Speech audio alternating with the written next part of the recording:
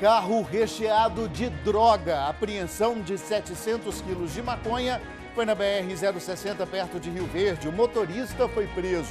Os destroços do helicóptero que caiu no Lago das Brisas esse fim de semana foram trazidos para Goiânia. E o que sobrou da aeronave vai ajudar na investigação sobre a causa do acidente. Perseguição e troca de tiros na BR-153. E a polícia conseguiu recuperar uma carga roubada de defensivos agrícolas. Os detalhes do acordo entre a Enel e o governo federal. A empresa falou hoje do compromisso de melhorar a distribuição de energia no estado. A partir de agora, no Jornal Anhanguera, segunda edição.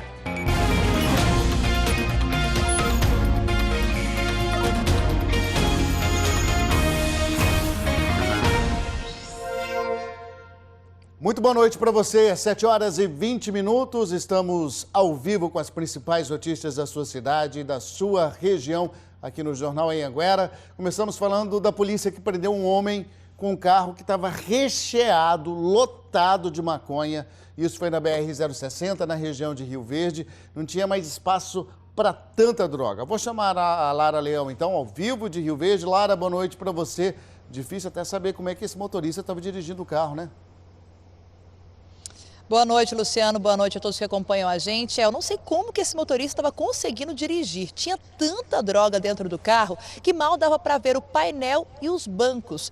O veículo chegou a ter algumas adaptações. Os traficantes mexeram na suspensão para que o veículo conseguisse levar tanta droga. O DENARC já estava investigando essa organização há pelo menos 2 meses e hoje então fez essa abordagem na BR-060 aqui em Rio Verde. O carro estava com 700 quilos de maconha. E para tentar despistar a polícia, ao longo do trajeto, o motorista Júnior da Silva, de 27 anos, adulterava a placa do veículo sempre que entrava em outro estado. Ele disse que buscou a carga em Campo Grande, no Mato Grosso do Sul, e levaria para Lusiânia, região do entorno de Brasília. Agora, Luciano, a polícia tenta descobrir quem mais fazia parte aí dessa quadrilha, principalmente quem ia receber essa droga lá em Lusiânia. É com você. Até pela quantidade, né, de drogas aí, deve ser um grupo aí que deve estar levantando realmente muitos pontos aí para a investigação da polícia. Muito obrigado, Lara. E os destroços do helicóptero que caiu no Lago das Brisas no fim de semana foram recolhidos e levados para Goiânia. A gente mostrou essa operação e agora a gente tem informações que foram levados para Goiânia para ajudar, né? Emerson Ferreira, direto de Jataí, conversando com a gente, para ajudar aí nessa investigação, inclusive do CENIPA. Boa noite. Oi, Luciano, boa noite para você, boa noite para todos. Pois é, esses destroços foram levados hoje para Goiânia, vão ficar guardados em um hangar, onde vão passar por novas perícias. Isso para apontar, né, se as causas da queda do helicóptero teve a ver com uma falha mecânica ou uma falha humana. Esses destroços estavam a profundidade de 8 metros do Lago das Brisas e foi retirado ontem pelo Corpo de Bombeiros. O CENIPA esteve no local e já fez as primeiras análises. Os corpos das 3 vítimas já foram sepultados. A única sobrevivente, uma estudante de 24 anos, prestou depoimento aqui em Tumbiara ainda no domingo. Ela destacou, contou ao delegado, que ela e mais os amigos beberam horas antes de ir para esse passeio de helicóptero. Ela contou também que horas antes desse passeio, essa mesma aeronave foi vista fazendo algumas manobras arriscadas. Vídeos feitos por populares, vídeos feitos em celular, mostram isso, a aeronave fazendo diversas manobras. Segundo a ANAC, a aeronave tinha a documentação em dia e estava autorizada a fazer voos noturnos. Mas, segundo o delegado responsável pelas investigações, ele não poderia ter decolado naquelas condições e naquele local, Luciano. Obrigado, Emerson. Bom trabalho a todo mundo aí em Tumbiara. A gente segue, claro, sempre acompanhando esse caso. E João Teixeira de Faria foi ouvido hoje numa audiência no Fórum de Abadiânia. Precisou responder aos interrogatórios de 2 processos, interrogatórios que já tinham sido feitos antes, mas que precisaram ser repetidos por conta de problemas na gravação de áudio. João Teixeira de Faria chegou ao Fórum de Abadiânia por volta das 10 horas da manhã em uma viatura do sistema prisional e entrou pelos fundos do prédio. Ele e 2 testemunhas tiveram que passar por uma nova audiência porque os áudios do interrogatório feito em 12 de julho foram danificados. Essa foi a segunda vez que João de Deus deixou a cadeia para participar de uma audiência. Hoje, ele foi ouvido sobre 2 processos. Um que investiga abusos sexuais durante atendimentos espirituais que fazia e outro sobre a posse ilegal de armas. As armas apresentavam polimento, apresentavam modificações, supressões, e isso, na ótica do Ministério Público, torna essa arma equiparada à de uso restrito, o que é crime hediondo. Já o depoimento em si do senhor João Teixeira, por se tratar de questões de sigilo, a gente não pode entrar nele.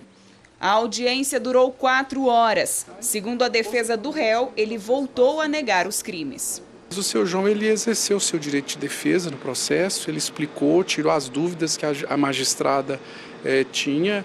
Assim, ele utilizou sim o seu direito de defesa dentro do previsto em lei. João Teixeira de Faria está preso desde dezembro do ano passado, quando surgiram as primeiras denúncias de abuso sexual durante os atendimentos espirituais na casa Dom Inácio de Loyola. Ele é réu em 9 processos, a maioria por crimes sexuais. As vítimas descreveram os abusos. Quando ele passou as mãos nos meus seios, eu fiquei imóvel, sem saber o que fazer, não sabia o que estava acontecendo comigo. A gente está aí tão envolvida e as pessoas idolatram ele é um Deus na Terra. Tu fica confusa e tu não quer fazer aquilo, mas será que tem que fazer aquilo? E aí eu baixei a calça e naquele dia ele introduziu o dedo dele dentro da minha vagina. Ele precisava passar energia para mim. A polícia recuperou uma carga de defensivos agrícolas. Carga avaliada em mais de R$1,5 milhão. Foi na BR-153, perto de São Luís do Norte. Bom, e nessa operação teve uma perseguição, troca de tiros com os assaltantes. Lorena Gomes, agora ao vivo, conversando com a gente. Lorena, boa noite. Como é que terminou essa perseguição, hein? Boa noite, Luciano. Boa noite para você. Boa noite a todos. Olha, foram 3 criminosos que participaram desse roubo de cargas na BR-153 em São Francisco de Goiás. O trio fazia parte de uma quadrilha especializada nesse tipo de crime. E durante a investida, um deles foi baleado na perna, chegou a ser socorrido e depois encaminhado ao presídio de Uruaçu. Os outros 2 conseguiram fugir. Aí hoje à tarde, durante novas buscas, novas investidas da polícia, um dos suspeitos, morreu durante um confronto. Ele foi identificado como Édipo John Oliveira, conhecido como Cacique, e o outro conseguiu fugir, ainda segue foragido aí da polícia. A carga foi recuperada pela polícia, a carga de defensivos agrícolas avaliada em R$1,5 milhão.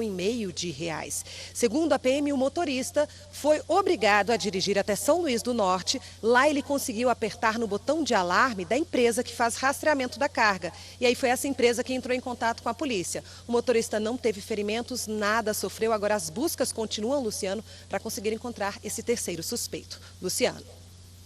Obrigado, Lorena. Bom trabalho a todos aí em Anápolis. E em Urutaí, no sudeste do estado, um homem de 39 anos morreu numa troca de tiros com a polícia militar. Ele é suspeito de tráfico de drogas. Um homem esse aí, ó, o Vantuir, vou te mostrar nas imagens daqui a pouco. O Vantuir Ribeiro dos Santos, ele estava nesse carro, fugia da abordagem policial na J330. Ele saiu do carro e entrou no mato.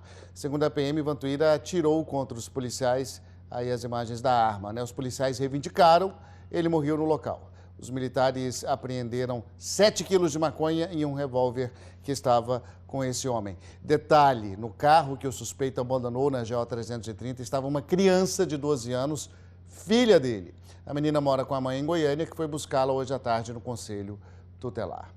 E hoje está sendo julgado o marido e irmão da mulher que foi morta a facadas e depois, olha a crueldade, colocaram fogo no corpo dela em Chapadão do Céu. Sobre esse assunto eu vou chamar o Azaf Alcântara.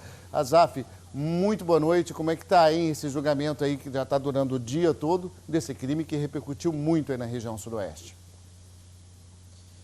Então, o júri popular ainda não acabou. Luciano, boa noite para você, para todo mundo. Já são quase 10 horas de julgamento e a previsão, segundo o Tribunal de Justiça, é que acabe por volta das 8 horas da noite, daqui a pouquinho. A sessão é presidida pelo juiz Luciano Henrique de Toledo, da Vara Criminal de Chapadão do Céu, aqui no extremo sudoeste. Estão sendo julgados os réus Milton Mendes, que era marido da vítima, e Valdeci Manuel da Silva, irmão da mulher.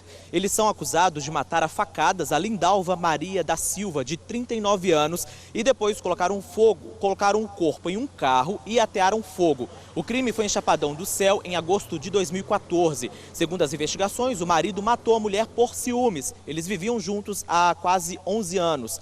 Ainda segundo o inquérito, a dupla teria matado a mulher também para ficar com R$200 mil que na época ela pegou emprestado para investir numa loja. E a gente, claro, segue aqui acompanhando o caso para saber o resultado desse júri popular. Ô, Luciano. Obrigado, Azaf. Bom trabalho para você também, toda a equipe aí de Jataí. Vamos para um rápido intervalo. A seguir, os detalhes. A Enel diz que o consumidor não vai pagar a conta dos investimentos que deve fazer na rede elétrica. Enquanto melhorias não chegam, tem empresário preferindo investir em outros estados. A reportagem completa em instantes, agora 7h30. A gente volta já.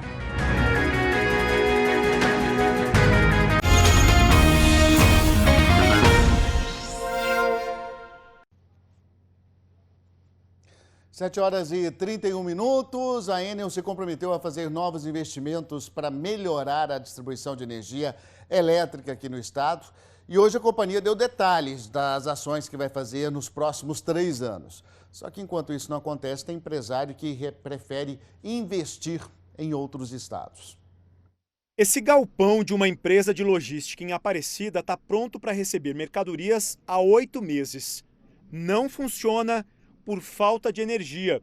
A inauguração geraria 150 empregos. Até que nós estamos aguardando essa ligação, a gente já está construindo lá no Mato Grosso, por exemplo. Perdemos muita credibilidade, além do dinheiro. Aqui em Goiás, a energia elétrica é produzida principalmente pelas hidrelétricas. Depois, a energia segue pelos linhões de transmissão.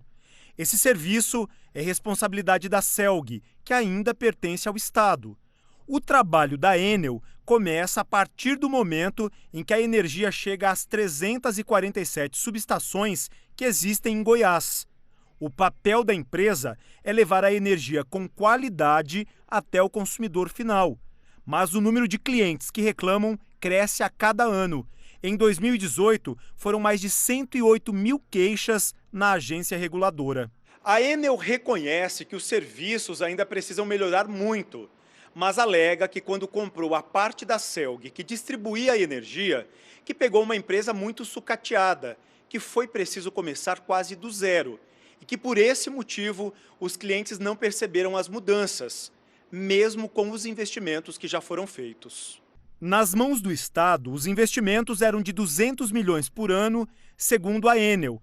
Ao assumir a distribuição de energia, a empresa investiu 800 milhões de reais em 2017 e o mesmo valor em 2018. Segundo esse professor da UFG, os investimentos na expansão e na melhoria da rede deixaram de ser feitos pelo governo no começo do ano 2000. Quando a Enel, Distribuição Goiás, assumiu a concessão, ela tinha conhecimento da precariedade da rede. A ação que o governo tem nesse momento é de tentar, de maneira emergencial, mostrar que, embora nós tenhamos uma concessionária que esteja cumprindo o contrato de concessão, isso precisa ser melhorado, porque o estado de Goiás está numa situação bastante precária em termos de atendimento da energia elétrica. O acordo firmado ontem entre governo do estado, Ministério de Minas e Energia e Enel prevê a antecipação de metas.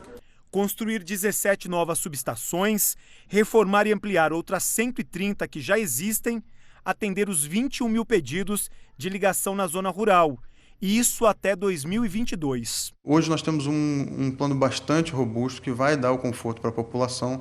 E, de novo, não vai ser tudo de uma vez, vai ser aos poucos que vai ser percebido. O que a gente tem agora é um termo de compromisso assinado.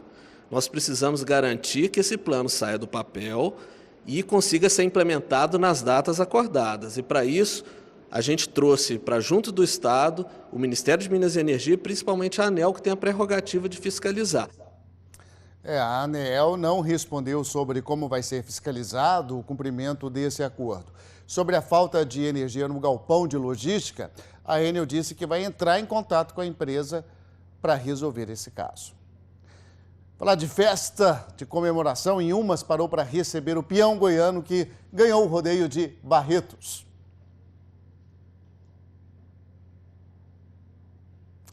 Olha, a gente teve um problema nessa reportagem aí, mas a gente sabe que esse peão aí ganhou lá em Barretos e está comemorando a ida para os Estados Unidos.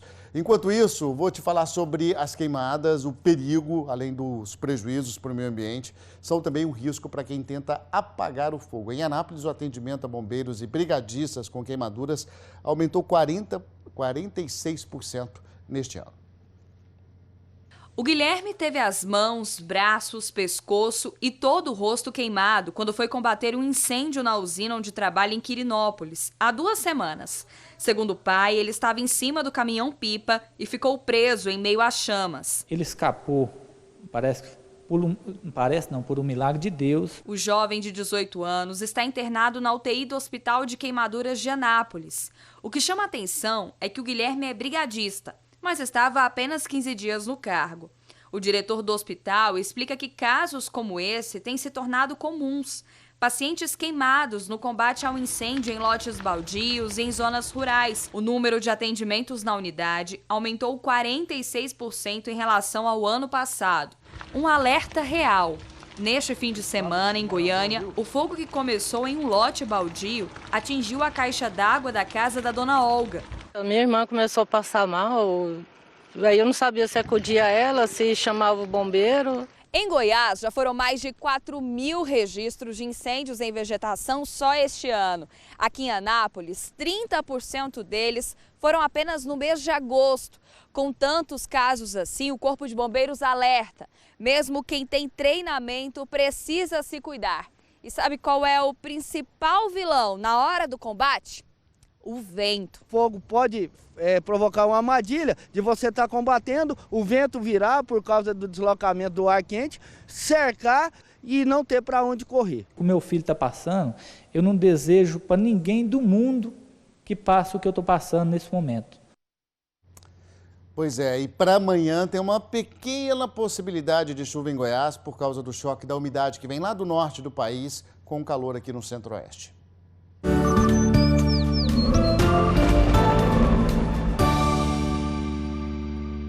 A quarta-feira tem chance de 5% de chuva no centro e no sul do estado. Mas ainda não é aquela chuva forte. O calor é maior no norte e oeste de Goiás. Muito quente em Porangatu, com os termômetros perto dos 40 graus. Caçu e Jataí, 32. Anápolis e Pires do Rio, 31 graus.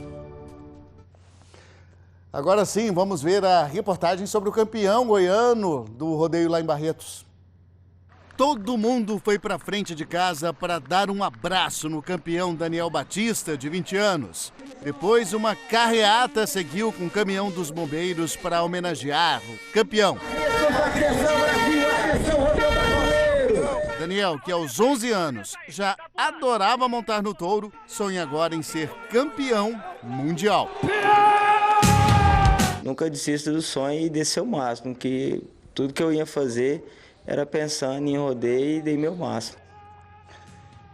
Que passa a ser um sonho de todos nós goianos. Agora 7h39, uma boa noite para você. A gente se despede hoje com imagens de Jataí, no sudoeste goiano. A gente se vê amanhã. Até lá.